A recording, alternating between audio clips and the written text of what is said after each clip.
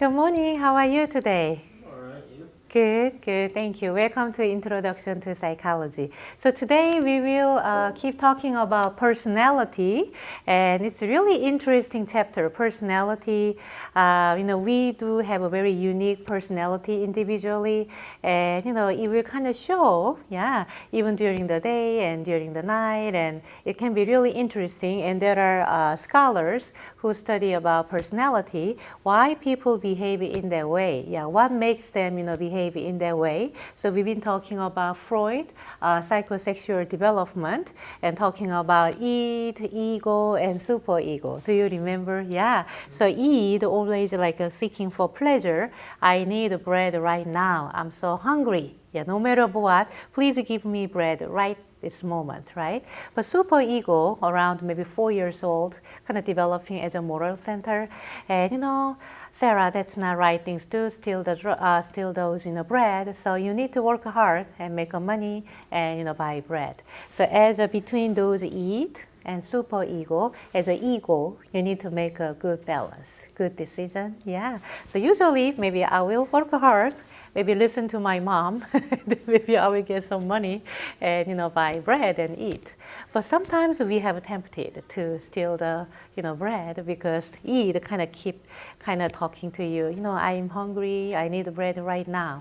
Have you ever kind of struggling try to make a good balance, like your maybe id usually based on Freudian perspective, it can be some aggressive aggression, and maybe like your kind of desire to eat and having some possession, and the moral center always kind of give you a cue. Maybe that's not right things to do right now, Daniel. Keep think, and maybe you need to work hard. Maybe you need to do maybe later. So as an ego, you need to make a decision. I mean, hopefully good decision. Sometimes you feel like maybe that was not that good decision. I kind of regret. Anything you experience in your life? I just feel like it happens more or less, more when you're younger. Obviously, yes, you will have, but your moralities and stuff like that have evolved since you were a kid, so it's less likely to happen. But yeah, whenever I was younger, I'm sure I had some of those instances. It's like, I don't know, it could have been even a bullying situation where you wanted to bully somebody back because they bullied you, but you got to decide whether that's right or not, something like that. Yes, very good. So as a human being, we constantly try to make a good balance and good choice. And based in his theory, maybe id, pleasure center, and superego try to kind of tell you that's not right thing to do. So as an ego, you need to make a good decision. But sometimes, depending on age and maturity, we make a mistake. But later on, maybe we can become a better person. Yeah. Okay, very good. So today we will kind of go over one more time more detailed information. He said there are 5 stages, and through those 5 stages, a human being, will have those personality. And he really emphasized early childhood, birth to age 4 to 5. Probably most of your personality will be determined. I mean, I do agree, kind of, early childhood education and those periods are very important, but I do not believe everything is fixed after those, age 5 and 6. But it's interesting theory, so we will go one by one. So starting from the older stage. So if you're looking at this picture, there's like a mom and baby. It's a birth to 18 months, kind of newborn baby. Those, our energy and sexual libido focusing on mouth area, oral area, so you feel like satisfied, kind of having those pleasure, having milk, right? Because somebody will feed you, so it can be breast milk or maybe formula, but you feel hunger quenched and you feel like a good feeling. Yeah. So when you're kind of going through those stages, hopefully you have a good supported, like a good amount of food, having some satisfaction, versus maybe little and you feel always hungry, versus your mom maybe try to weaning those having breast milk much earlier than you needed. He said maybe we will kind of get into fixation. So fixation means somehow you do not fully satisfied while you're going through those oral stages. Anybody, you may watch my video clip, the lecture, maybe some of you having some like a thumb-tucking behavior for a long time, yeah, kind of satisfy you, kind of putting those object into your mouth. And maybe as an adult, you may smoking, because smoking kind of put the cigarette on your mouth. So I guess it can be still kind of practicing those satisfaction of your oral stages. So those are fixation. If you have too much food versus too little and less food, you may experience fixation. And fixation can be one of the showing of your personality. Yeah, so that's kind of his theory. So next one is anal stages. When you become older, 18 months through 3 years old, as a young child, you have autonomy, which is I can control my body finally. I'm not, using diaper all the time. Probably this is like a beginning stage of, having those diaper training, toilet training. Daniel, do you remember anything about toilet training, or maybe don't have much? Yeah, not really. Yeah, I know. Usually we do not have a good memory under age 3 and 4. So, but as a parent, you may kind of concern about maybe when should I get, like my child to get toilet trained, right? Because there can be one thing, right? So as a young, you're wearing diapers and it doesn't have any problem. But when you become that age, 18 through 3 years old, maybe at a certain point, people say usually begin to 2 years old. And maybe sensitive kids can begin to earlier, but usually 2 and 2.5, and some of the baby don't care. So maybe you can kind of begin to a little later. Later is good thing is you fully understand. Yeah, so mom will told you whenever you got those a signal, you need to go to that the restroom and try to sit on that potty the spot, and you need to go, and try to kind of train you. Even you go to daycare, they're gonna train you every 3 to 4 hours. They kind of send to the restroom so they can try to having those training the urine or whatever they need at the moment. So those 18 through like 3 years old, focusing on all the energy is anus, and try to hold and release and hold and release. That's really big thing. So based on Freud perspective, as a parent, you try to kind of to push too hard. When you do like a toilet training, you become, so this is like one of the fixation, because you feel like too much or maybe too less, maybe too later, you got toilet trained. So anal explosive personality, that means a person fixated in the anal stage who is messy, destructive, and hostile. So messy and cannot, organize well, and those person maybe too late.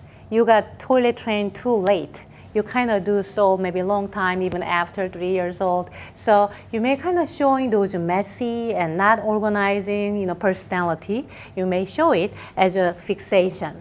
But the other side is maybe too early. As a mom and dad, too early try to train you.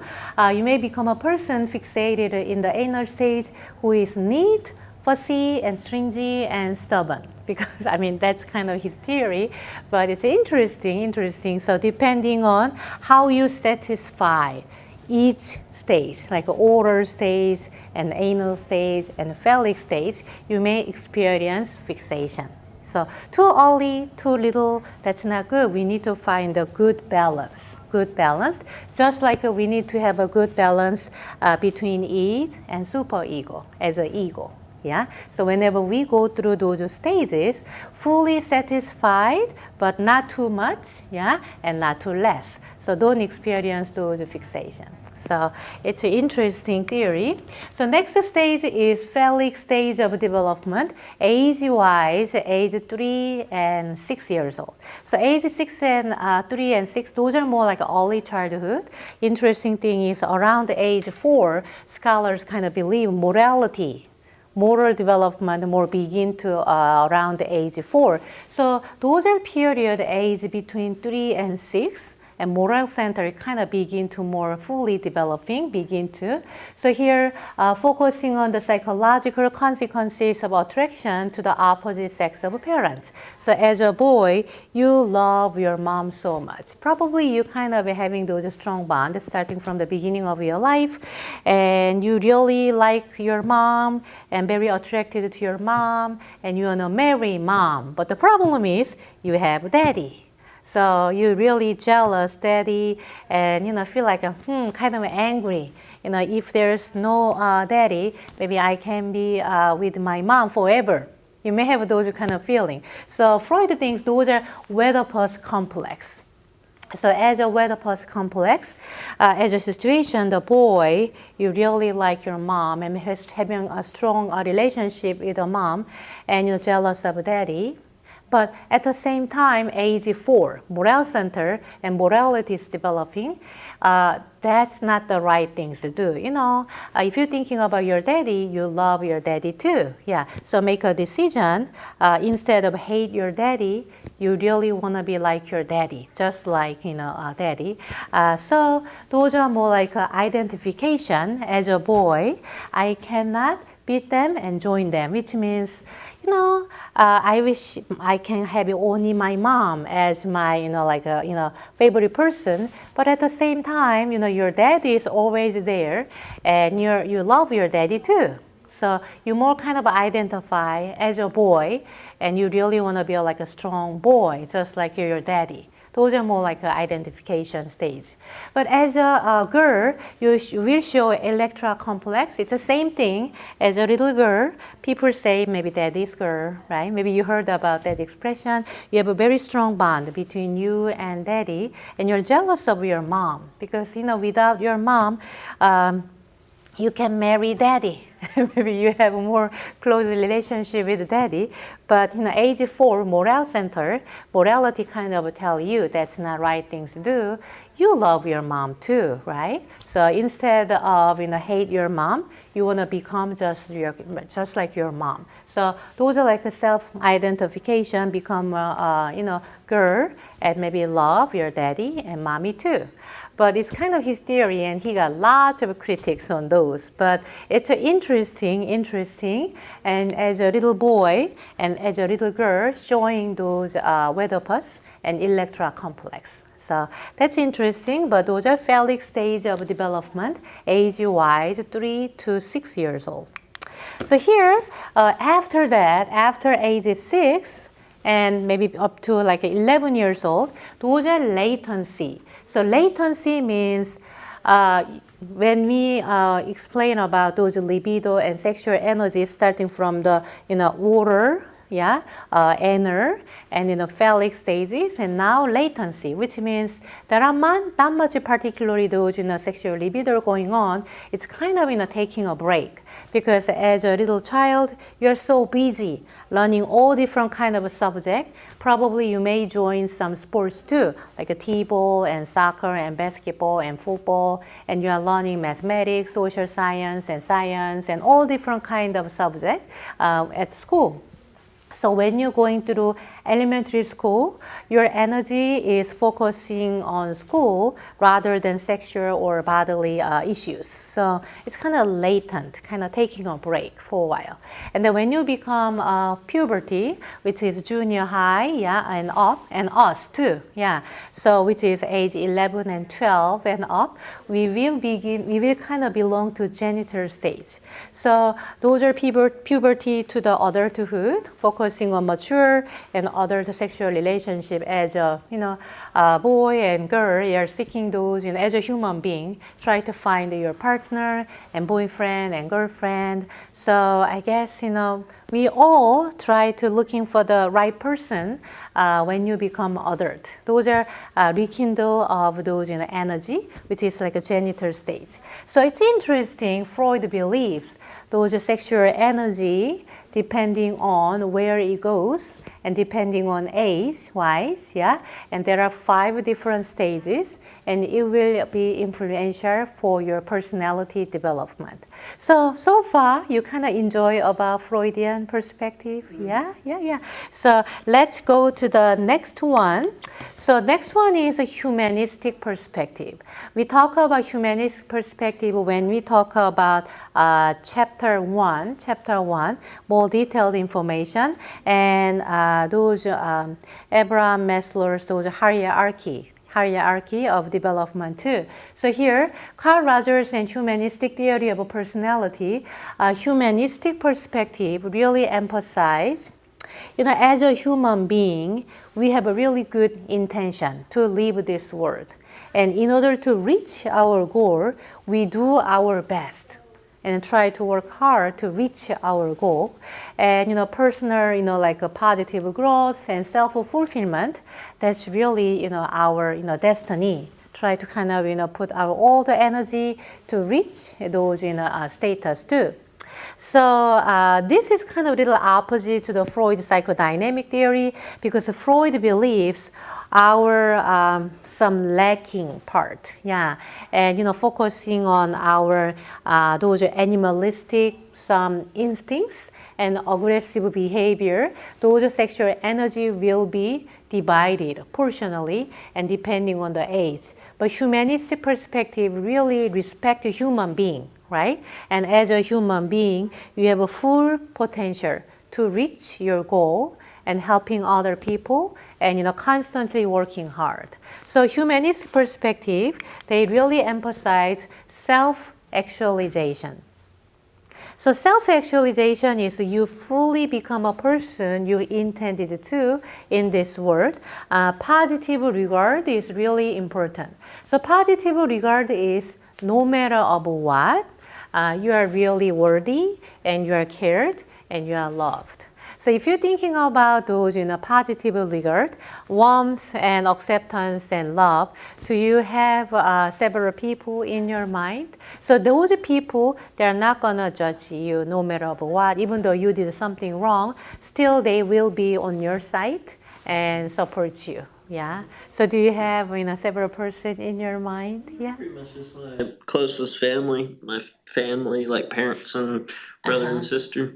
Okay, good. I'm so happy to hear that. Yeah, so usually our family, no matter what we are doing, sometimes we make a mistake, but still they try to cover us and try to support us, and they try to, maybe they will give some advice, but still they're kind of, on our side, right? So, and do you have any friend?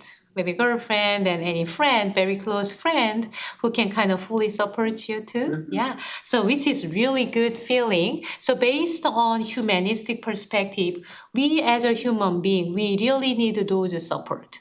That means no matter what, you are doing well and you do very good at maybe psychology and other subjects. Because of that, I love you, I like you. Those are more like a condition. Right? But humanistic perspective is really emphasizing positive regard, and it's not a conditions of worth. No matter what, you should be, respected. You should be loved and cared. So that's really great element in their perspective. So let's do some activities here. I will give you paper. And here you go. So what we want to do is, when we talk about humanistic perspective, there is like a real self and ideal self. So I will show you. If I make maybe this is like a paper. If I'm making a maybe big circle.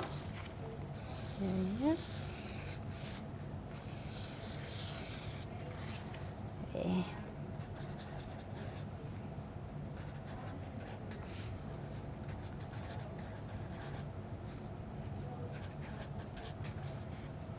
So here, if you need a pen, and if you can use my pen too. Here. Mm-hmm. So basically, I want you to draw two circles, and there's some overlapping area. Yeah. So when we live in this world, there's like a real self. Who am I right now? Yeah. So can you describe real self? Yeah. As a real self, you may kind of put the I'm maybe a little lazy and procrastinating, and I'm diligent. Yeah. Possibly I'm positive, and so real you kind of describe you right here, and ideal you kind of ideal self. Can you describe yourself? I wanna be working hard person.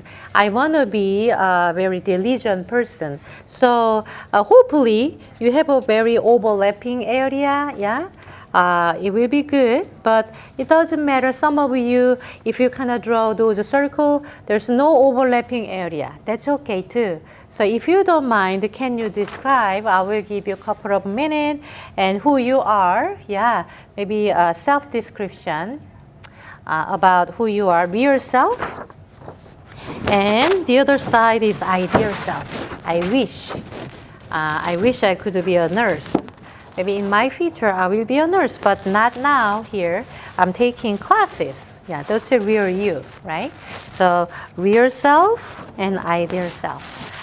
It will be interesting. If you are watching my lecture, write down, making a big circle, and try to do real you, real self, and ideal self.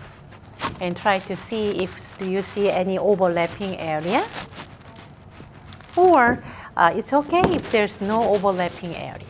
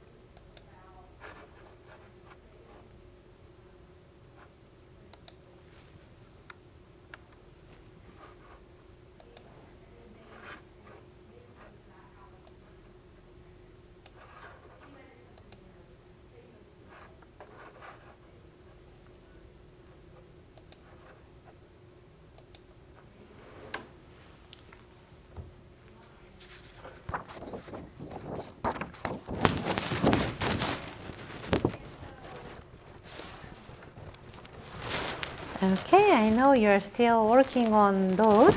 So think about that, who you are right now.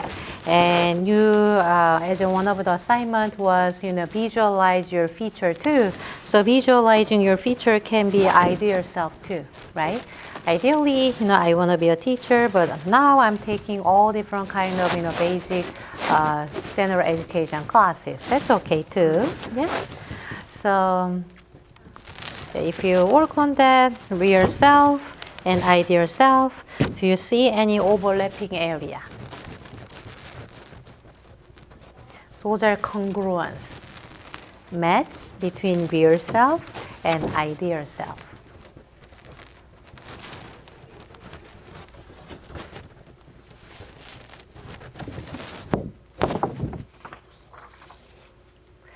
Okay, I think Daniel is finished, and if you don't mind, you don't need to share everything because maybe you don't want to.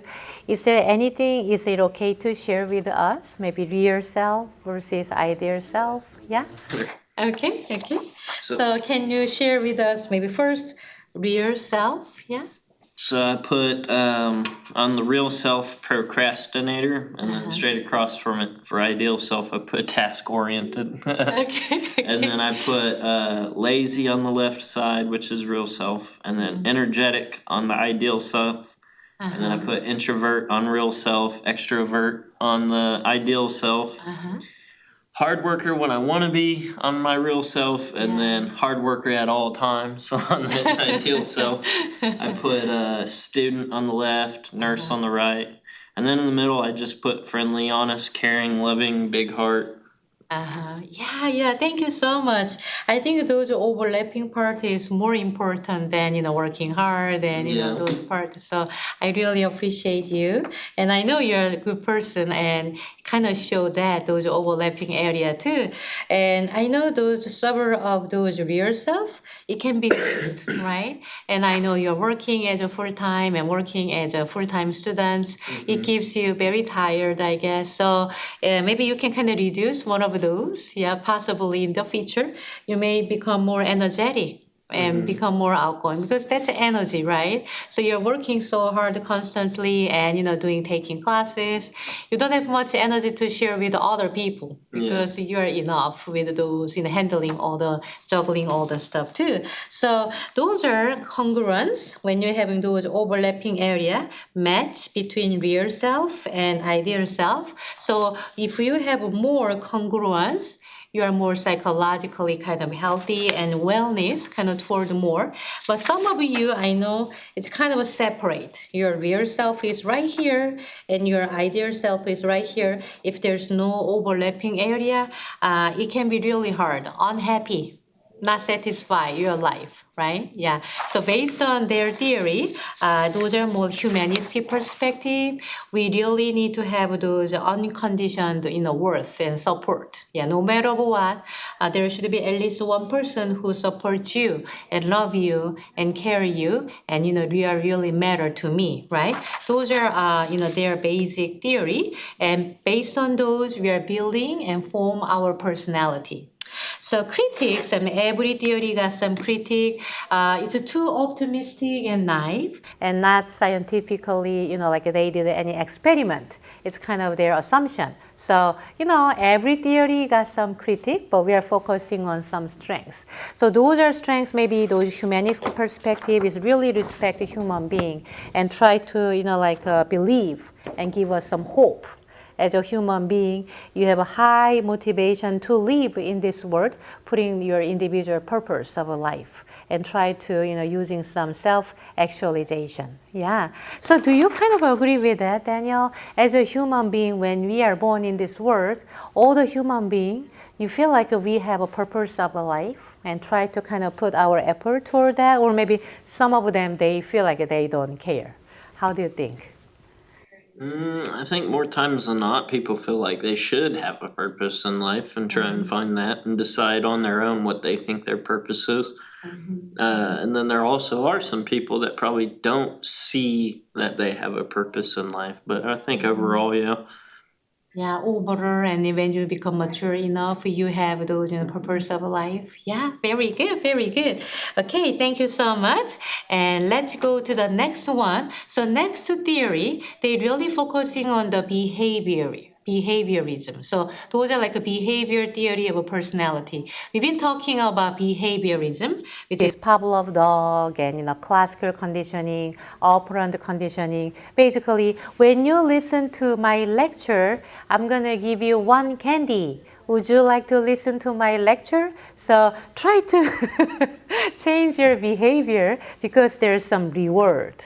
And there's some like a punishment. So as a mom, for like a discipline for 3 years old kids, Johnny, if you do not listen to me and keep by to your brother, I'm gonna spank you. I'm gonna count to 1, 2, 3. And there's like a punishment. You do not like those spanking and punishment, so you reduce your behavior. You are not gonna bite your brother anymore, right? So behavioristic and behavior theory of personality, thinking about that, they do not consider importantly inside of our brain, inside of our mind and feelings or maybe any cognition. They really want to change our behavior. They're focusing on is something measurable and tangible, changing aspect. So they do not understand my lecture and anything else, but they're going to give candy. Whoever attend Dr. Moon's class, we are going to give candy. So kind of announce other people, like random people kind of go in this building. So whoever interested about candy, they're going to behave and they're going to attend this classroom. right? So they try to really focusing on not only human beings, their feeling and mind and all different kind of cognition, really focusing on change bad behavior to more positive behavior. So let's do and this one. So if you're looking at this boy, his name is Thomas and 8 years old, third grader. He refused to go to school. So if you are more behavioristic perspective, how can you change Thomas' behavior, go into that building, go to school? So think about it, yeah, and if you're watching my lecture, think about it. As a behavioristic perspective, you need to change somebody else's behavior. It's not a good behavior because kind of refuse to go to school, right? So try to change Thomas' behavior to go to the school. How would you change? How would you change? Try and coax him a little bit with trying to be nice and stuff and say like, hey, whenever you get home from school, we can, go get some ice cream or something, but you gotta go. Yes, And, I don't know, just coax your kid into it kind of. Because, there's a reason they don't want to go. So, you can't be mean about it. Like, somebody can't help what they don't want to do. You just gotta kind of coax them into it. Yeah, very good, very good. I really like it. And it's perfectly fit into behaviorism and their perspective because no matter what, they want to change this behavior, go into the school. So, Thomas, if you go to school and then come back, I'm going to give you ice cream. Let's go to McDonald's and choose your favorite flavor, right? Or if you go to school and come back home, maybe I will buy some toy. Your favorite dragon or maybe dinosaur, yeah. So maybe he doesn't want to. There's a certain reason behind, right? But try to kind of go in that building, and we do not know if Thomas can concentrate on the whole, like a school day, but go in that building, that's the purpose. That's the whole point of the behavior's perspective. Change somebody else's behavior, go to more like a positive behavior, right? But imagine Thomas recently, their family, they just like divorced, yeah. And Thomas miss his mom so much. There's like a reason behind. And Thomas doesn't want to eat and doesn't want to go to school, right? So in that sense, we need to talk about the situation. Why, divorce was happening. And, don't worry about it. This week, you are going to stay with daddy's house. But next 2 weeks, you are going to stay at your mom's house, so you will see your mom. So you are not seeing your mom, but you are going to still meet your mom, right? So try to explain and what was really going on. But that's not behaviorist perspective. They do not think too much about cognition, somebody else feeling. They're really focusing on changing their behavior. So, Daniel, you got a right answer. So maybe after school, Thomas will receive some ice cream, maybe toy, yeah, or even some, compliment. Thomas, you did a great job, good job. Can you do it again tomorrow? But usually for the little kids, those, are some like material things like the ice cream and toy will be maybe would work better. So there was like a behavioristic, assessment. And there are other perspectives too, social cognitive theories of personality, which is, it doesn't show here, but yeah. So social cognitive theory of personality is not only our environment will influence our behavior. Let's just say you are surrounded by bad peers. You are in adolescent period and your friends, your peers, they are kind of smoking and drinking and they are not good. They kind of break certain stop sign and all kind of bad behavior. But you will influence your behavior. Do you kind of believe that if you live in that environment, yeah, and you may get some like a peer pressure too, right? You don't want to, but they're your friend, and 9 of them doing all those delinquent behavior. It's really hard to not to those, right? So obviously your behavior can be changed, even like a pretend a little breaking something, yeah, just like you belong to that those group. But as a human being, we have our thought and your cognition. So we have a morale center and morality developing starting from the age 4 as a superego. I mean, based on the Freudian perspective too. So we will make a decision, this is the right things to do or not as a morality. And also in that situation, everybody does some delinquent behavior, but I decide not to because my mom told me not to, and also I do agree with that. That's the right things to do. So you can not to be just like them, but you make your own decision. So those are more like a Bandura's reciprocal determinism, which is as a human being. So Bandura used to be more really emphasizing behaviorism, changing those behavior no matter what. But we need to thinking about cognition.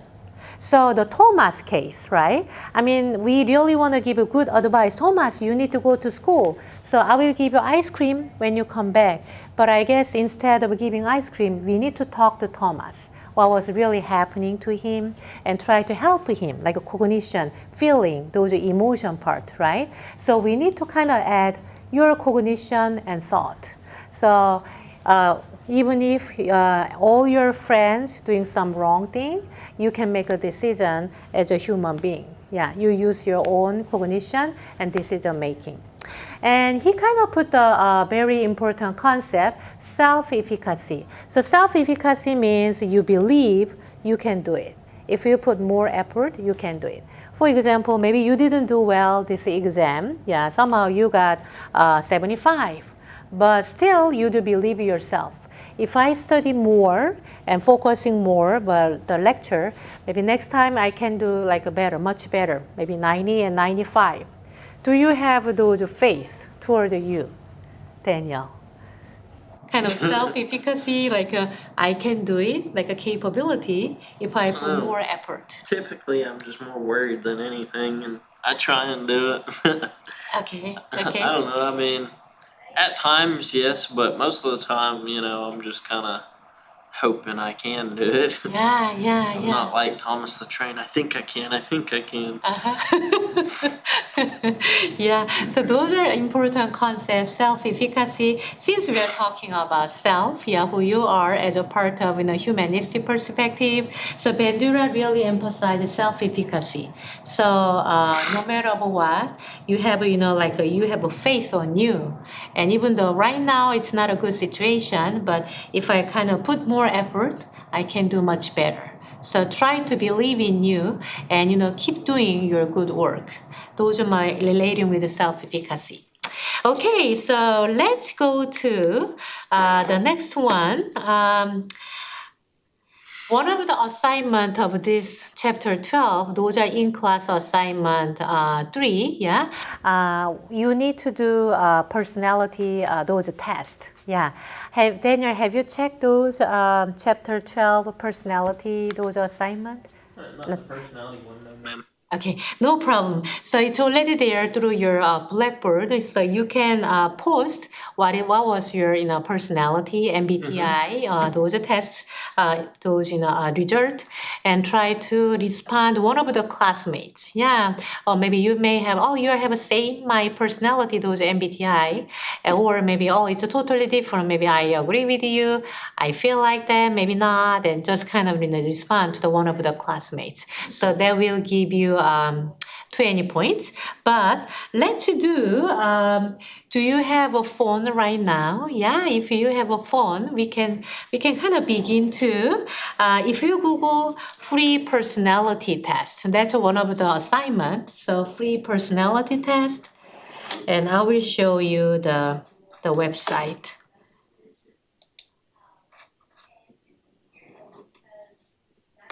You may reach those 16 personality test website. So if you Google free personality test, usually it kind of comes as a first, sometimes maybe a couple of a little later, but you will see those are www.16personalities.com free personality test.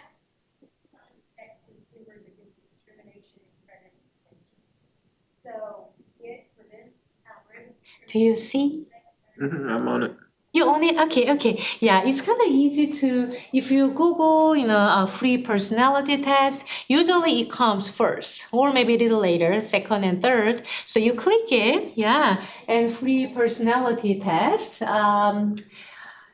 So basically, you can just do, but I warn you, it's not 10 questions. It's about 100 questions.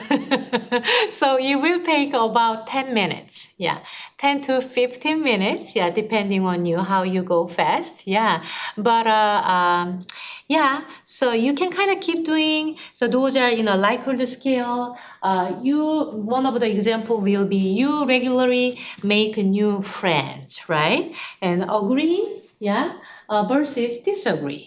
Yeah. So Daniel, you regularly make a new friend. So in the middle can be, yeah, kind of between. Yeah, between.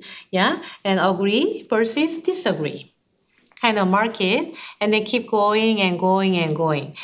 So it's not 10 questionnaire, it's a 100 questionnaire. So that's your assignment. Basically, you can it's a kind of fun. Yeah, it's not a test at all. Yeah, but depending on how you answer, they're gonna give you one of the, MBTI. Have you ever taken MBTI test before? No? Not that I know, not name wise, but I've taken personality tests in the army. Oh, okay, okay. Yeah, those are MBTI tests, which is there are 16 different personalities. So that means it's not a right and wrong answer, just depending on the questionnaire. If you kind of simply answer, do not think too much, think over. Because just like your gut feeling and try to kind of making a decision fast and kind of go and keep going and going, and it will show one of those personality result. Yeah. Um, so those are assignment.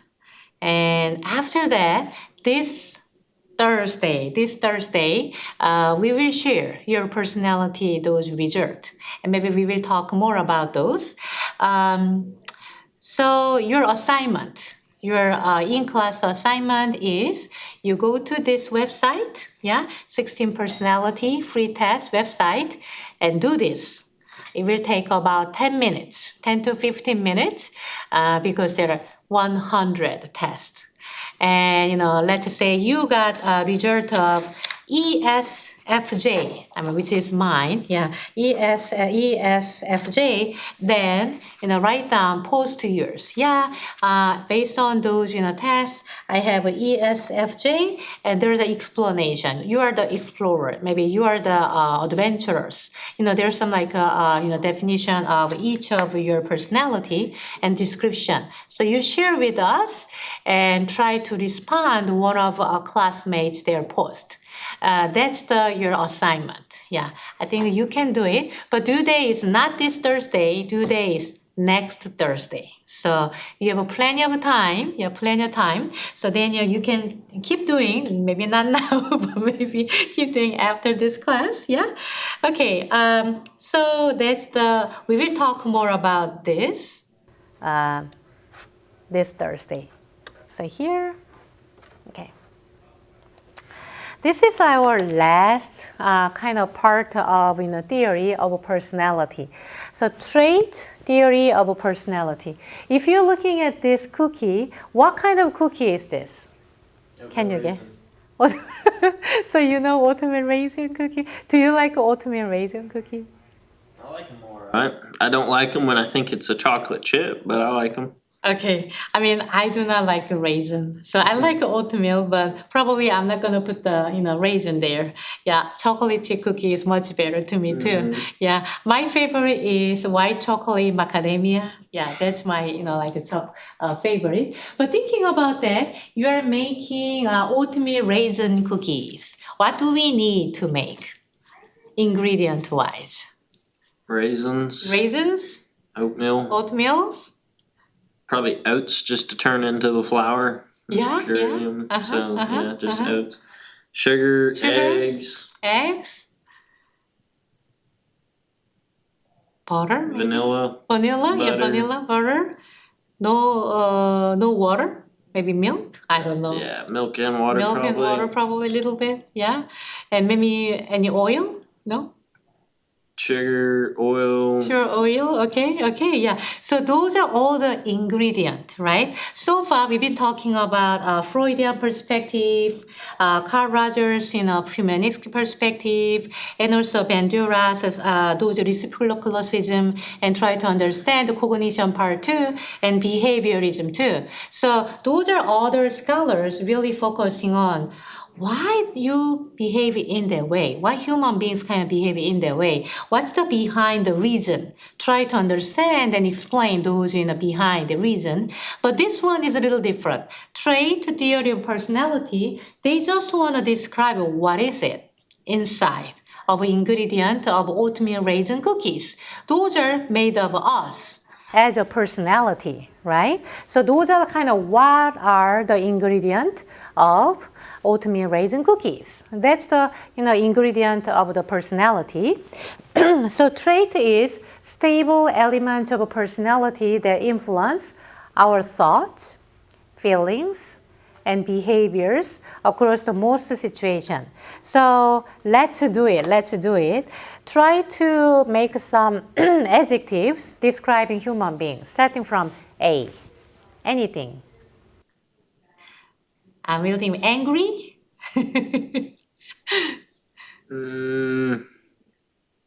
Anxious. You throw it out quicker than I can. Yeah. Anything starting with an A? Description of maybe personality. Anxious, anxiety, anxious, angry, and anticipated. Yeah. And A. I can't think of it. We can think of an A. How about B? Beautiful. Oh, beautiful. Yeah. But ugly. But ugly. Beautiful but I'm ugly. kidding. And busy. Yeah. Always busy. Busy. Yeah.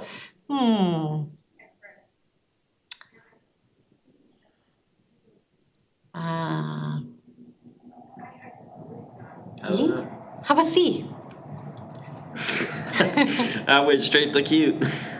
Cute. Okay, cute. And conscientiousness. Curious. Very good one. Curious.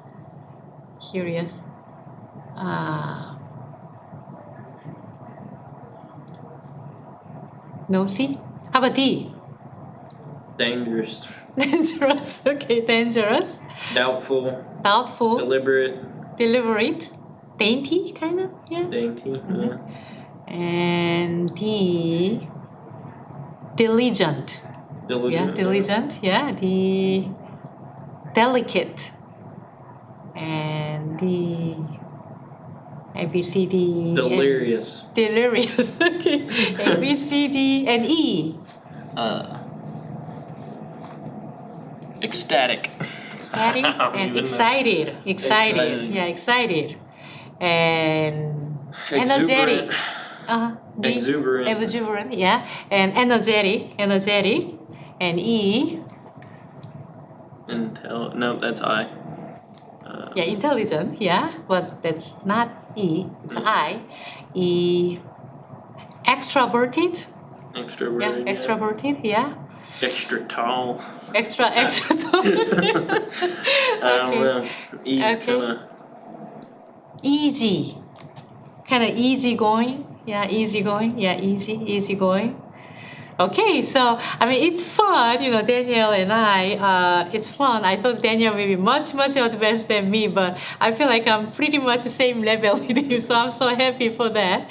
So thinking about it as a scholar, try to understand the human being's personality. Oh, let's open the dictionary and starting from the A, let's find all the descriptive words about human being, like personality, and finding out here Alport 18,000 trait words.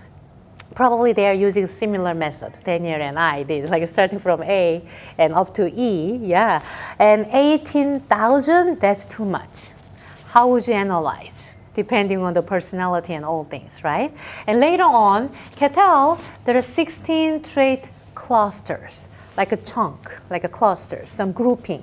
So they kind of ending up 16 clusters. But still, 16 can be too many.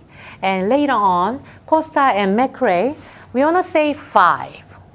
5 fundamental traits. Do you remember, Daniel, we talk about 5 those trait personality development. You need to remember one word, starting with O. I do not. You do not know. It's okay, it's okay. We will talk about it. We will talk about it. Those 5 is ocean. So if you remember the ocean, O indicates openness, and C indicates conscientiousness, and E indicates extrovert, and A indicates agreeableness, and ocean, N indicates neuroticism. So those are 5 things, and we will talk more detailed, in this area. So here, let's do, those are like an example of a trait theory. So Daniel, tell me about, you are more like a reserved or maybe outgoing? Reserved. Reserved, okay. You are more concrete thinker, maybe abstract thinker? Abstract? Abstract thinker, using some imagination, good. How about easily upset, emotionally stable?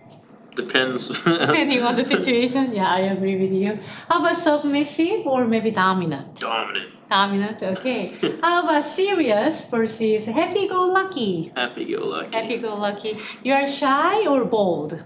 Shy. Shy. How about tough-minded or sensitive? I'd say sensitive. Okay, so those are like a trait. Trait, maybe description of a human being's personality. Maybe starting from there, making 18,000 trait words and kind of reduce 16 clusters and finally 5. 5 are those personality description words. So here, 5-factor model, we call it like a big 5. Even though it's like a 5, those are category. Each one word, like ocean, openness, it does explain a lot. Relating with openness, personality traits. So here, ocean, OCEAN, those are acronym, right? Acronym. If you remember ocean, you got this. So right now, we are not talking about 18,000, 16 cluster. We are talking about 5, big 5 personality description, openness to experience. How about you? Do you feel like you have a pretty much high openness to experience, Daniel? Yeah. How about conscientiousness? You try to be very organized, being alert, and try to taking those tasks on time, making those due day, more like conscientious, I don't know. I'm a procrastinator. Okay.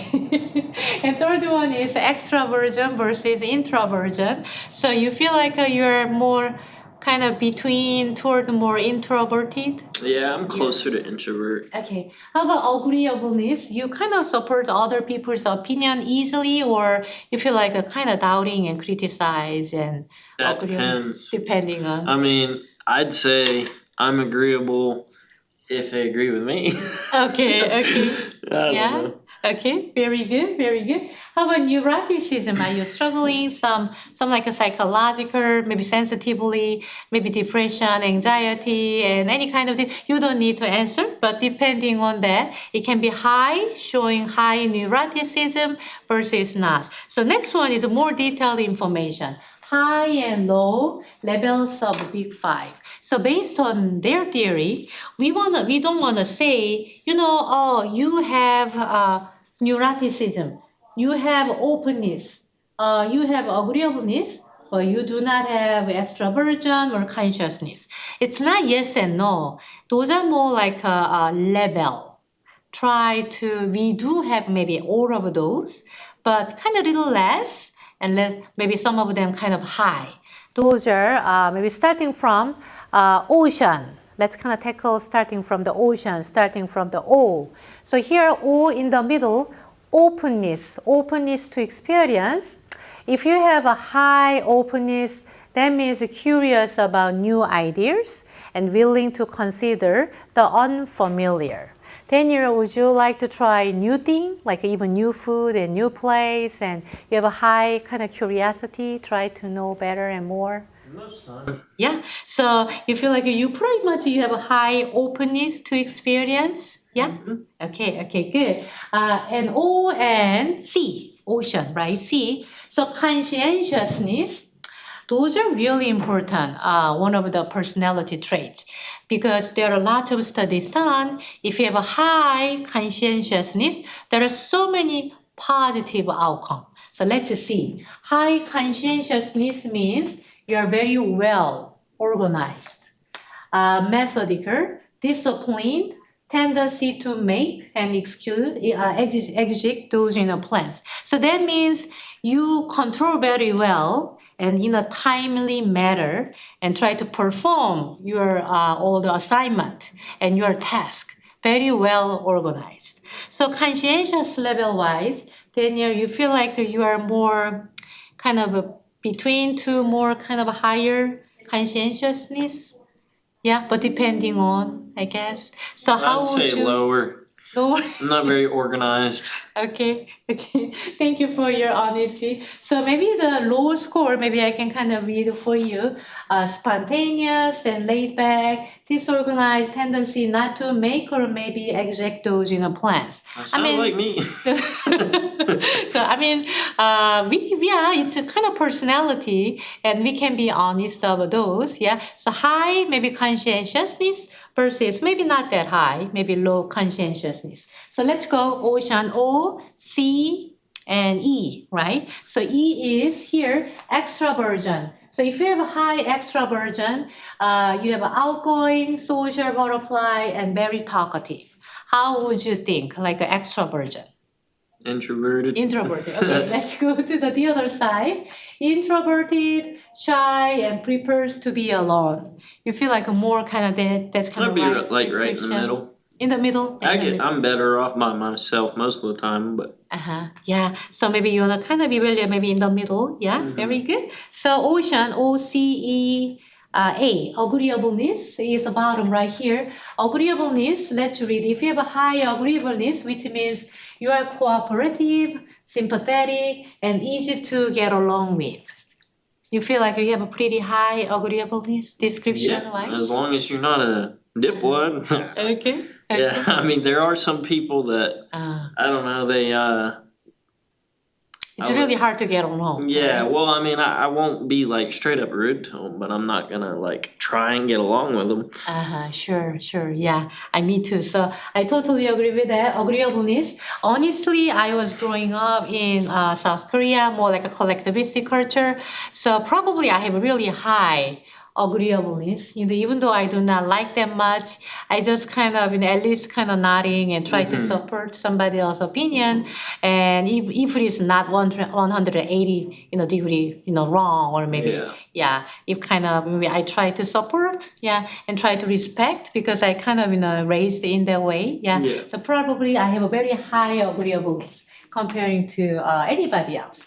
And the last one is neuroticism. If you have a high neuroticism, it's a tendency to think negatively and sadness and anxiety.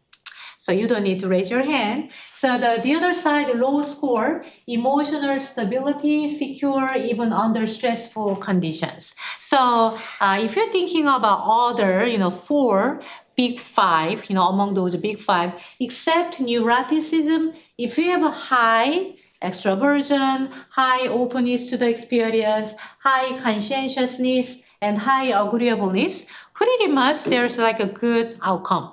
Yeah, but high neuroticism, that's not that good. Yeah. So we are gonna watch one video clip about 5-factor model of personality and talk more about this topic.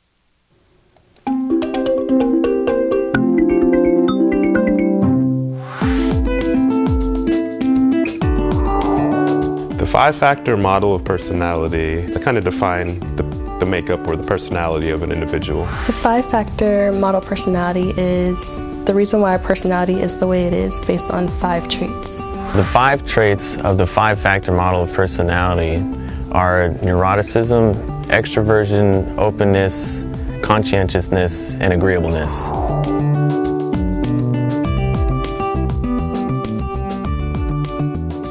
Neuroticism is a tendency to experience high levels of negative emotions like depression, anxiety, or stress. Neuroticism is having negative emotions. I have a good friend who isn't a very good test taker. They get really anxious beforehand and sometimes they have trouble sleeping, and especially leading up to the exam they'll just be freaking out and kind of freaking out other people too, and going over things and forgetting things.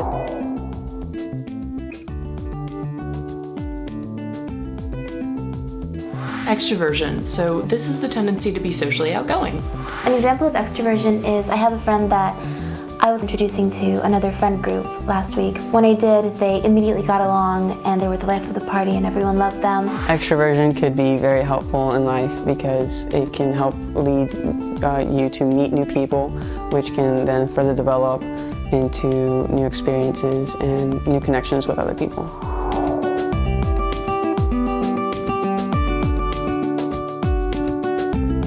Conscientiousness is the tendency to be disciplined, organized, and deliberate.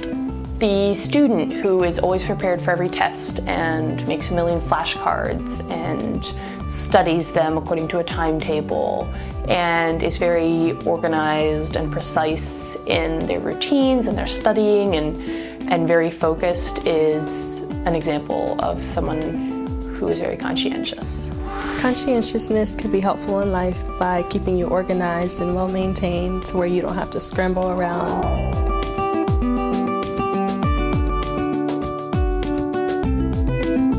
Openness to experience is when you are open to new ideas and trying new things. I've always been the person who loves to try new things. I think it helps open my eyes to everything the world has to offer. I don't want to be stuck in one place the rest of my life. I want to see everything I can see before I go. When I came to Texas, I basically put my finger on a map and I packed my things and came here because there's a whole big world out here and I just wanted to learn different cultures and people, and boy, I did. And here I am. My mom, one example of how she's kind of low with that is if we go to a restaurant we've been before, she'll only get one thing off the menu. She's not, too open about getting something else. Once she's tried one thing and she thinks it's the best, she won't try anything else. Even if there's other great things on the menu, she says, no, I have to get this.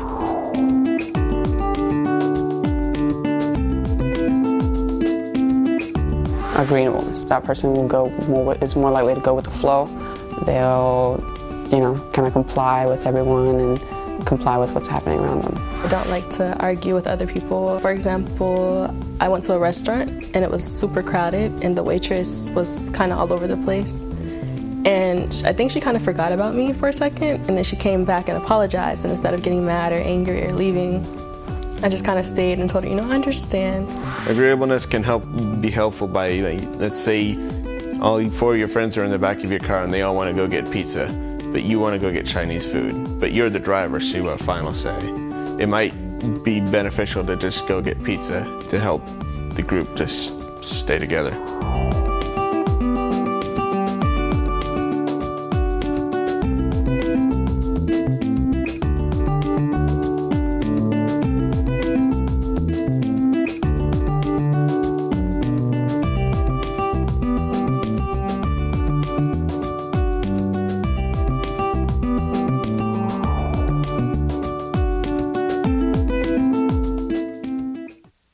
Okay, so that was a good video clip. We can kind of organize our thought so far about Big Five. So this is like an interesting result of research on the Big Five. So the Big Five predict your physical and mental health. Basically, if you have a high C, do you still remember what does the C stand for?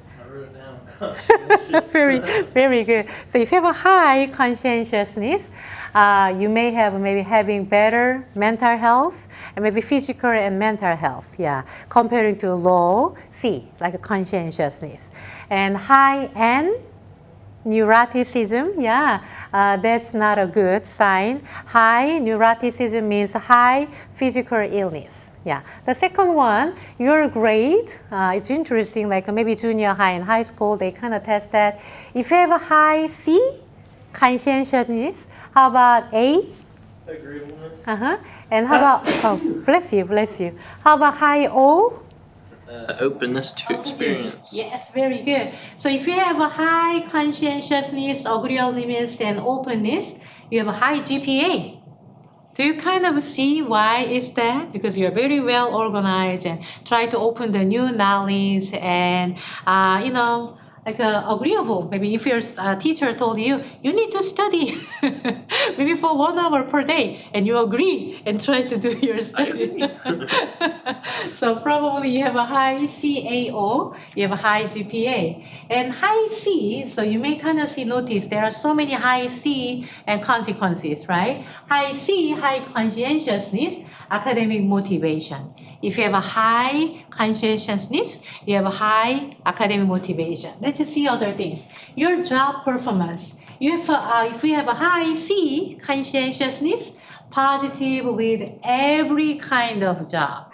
So I know Daniel honestly shared with us, probably conscientiousness is not his strength, right? Mm-hmm. Yeah, but I do see why people kind of see the correlation. If you have a high C, conscientiousness as a trait, there are positive influence for like having better grade and maybe in every aspect working. Yeah, so thinking about that, if you're CEO of the company and somebody who has a personality wise very high C, conscientiousness, in the sense, the person will work diligently and try to meet the deadline, yeah, if there's some assignment going on, and always kind of be attentive and organizing well, yeah, organizing those stuff, and like arrange very well, right? And so those personality scale, it may be very influenced very positively in every kind of work situation. And here, interesting, if you have a high E, do you remember what does the E stand for? Extroversion. Extroversion, like a social butterfly, right? You will be very good salespeople, like a salesperson. Yeah, it makes sense.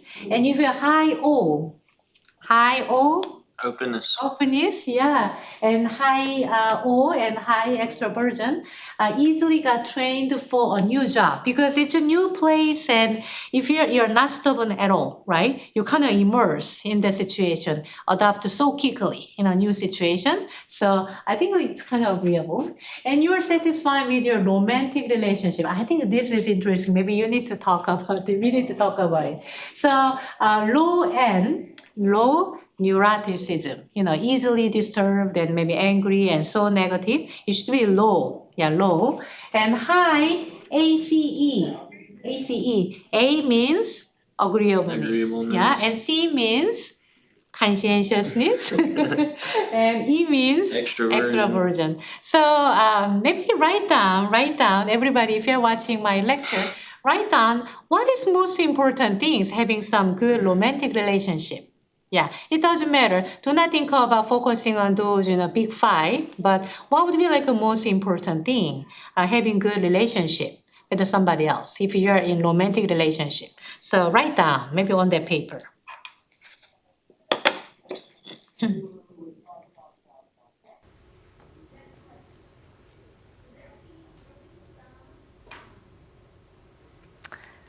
Okay. Okay. I think Daniel was so quick, like 1 second. So what was that? I'm curious about your answer. I just put honesty or openness. Honest and openness, so I can trust you, right? That's really matter. Yeah, I totally agree with you. So I guess, their result was not that bad. Honest and, openness, yeah. So here, agreeableness. So if you're kind of looking at their result, agreeableness means sometimes maybe you don't want to have some pumpkin latte in the first season because maybe you do not like a pumpkin. But maybe your boyfriend and girlfriend like pumpkin latte so much. He or she really want to go have those drink. Even though you do not want to drink, at least you agree and try to be there. and support and kind of wait until your maybe boyfriend and girlfriend have that drink. So agreeableness, you see why it's kind of important factors too. Yeah, and conscientiousness, you try to remember at least your girlfriend's birthday, right? So you try to make some maybe flowers and maybe little gift for her, and then make that day special. If you forgot, very low conscientiousness, maybe you kind of confused your birthday. I mean, your girlfriend's birthday is not today, tomorrow. Maybe that's not good, right? So being conscious, high consciousness, that will be really important. Extroversion, I don't know. I do not agree with that one because, even though you are introverted, I do believe you have more kind of strong relationship between you and your boyfriend or girlfriend. Do you see any benefit if you're more high extroverted, Daniel, as a romantic relationship? You can work better with people because you're used to it. Okay. I mean, whenever you're introverted, you rely on just yourself, being by yourself, and you may not need somebody else or think you need somebody else, but you have to be extroverted to help somebody. So, I mean, you don't have to, but you have to get out there and get out of your comfort zone and help them feel better. Yes. And maybe I do see like a more eventful, and then maybe regarded as more fun to kind of get along, I guess. Yeah, maybe that's why. I mean, I do not agree all of those results, but I think this is kind of interesting. There are studies done and researchers kind of dig into those personality. Let's do maybe one more here. How prejudiced you are, low or openness, because you're very prejudiced, and low agreeableness, and more likely to hold the prejudices. I mean, rest of them, I kind of do not agree, like a Facebook tendency, and maybe depending on the high E and low. So, I mean, that's interesting. What kind of dogs do you have? Golden Retriever, right? Yeah. So let's see. So which kind of dogs do you like? If you have a low A means agreeableness, right? And high C means conscientiousness. And also high N, neuroticy. They prefer aggressive dogs like pit bulls. Do you see any like a little correlation why people make a decision in that way? Like a result was like that. People, German Shepherd, others will choose Cocker Spaniel and Lab. So I guess. I mean, I do not agree with those kind of, choosing the Facebook, how you use those, or maybe the dog. But rest of the information, I think pretty much, I agree with that. Yeah, Daniel, you do see the why people kind of think and try to do those research. Mm-hmm. It's really fun to do and think about those. Let's do one more things. So I want to hear from you. Those are, the toothpaste personality test. So number one, when you use toothpaste, do you use in the middle, kind of squeeze in the middle? Middle or top? Middle or top? Honestly, it changes. Middle or maybe the top? Mm-hmm. Yeah. I mean, it changes as it gets emptied, honestly. Yeah, I do too. I used to roll it up, but I haven't rolled it up in forever. I don't know. You just kind of squeeze. Yeah, just squeeze until... it now. Yeah. Okay, so let's go to. We'll do like a test. This is like interpretation. So here, just like Daniel, you kind of squeeze in the top. That means you're stubborn and slow-witted. Slow-witted. Come on now. And I know depending on the situation, but sometimes Daniel kind of squeeze in the middle. In the middle means impulsive, life of the party. And you kind of roll off, You're thrifty and prone to depression. I don't agree with none of this. That's not good, right? And the last one, no squeeze and no rolling up and anything else. Antisocial and bad breath. I mean, obviously, we do not believe those result of how to use those toothpaste. It cannot be relating with your personality test. But interesting is if you kind of reading some magazine, sometimes there are lots of some personality type of test. What kind of color is your favorite, Daniel? Color? Yeah, color-wise. Black. Black. Okay. Yeah, I love Or red. Black or red? Yeah, you're wearing red today. So, I love yellow or blue. And black. Oh, so you're wearing, Both. you're wearing, okay, both, yeah. And honestly, I'm wearing, blue, my favorite, and yellow is my favorite color. So, I mean, if you kind of read some magazines, sometimes they kind of some interpretation of, favorite color. If you really like the red and you are very passionate. And if you really like the black, that means you are not that good. Those kinds of interpretation, but we should not trust those. Yeah. But this Thursday, we are going to keep talking about personality tests, more kind of fun factors. And, we will do MBTI. So if you can finish your MBTI test, 16 personality tests, that would be great. Yeah. And also remind you,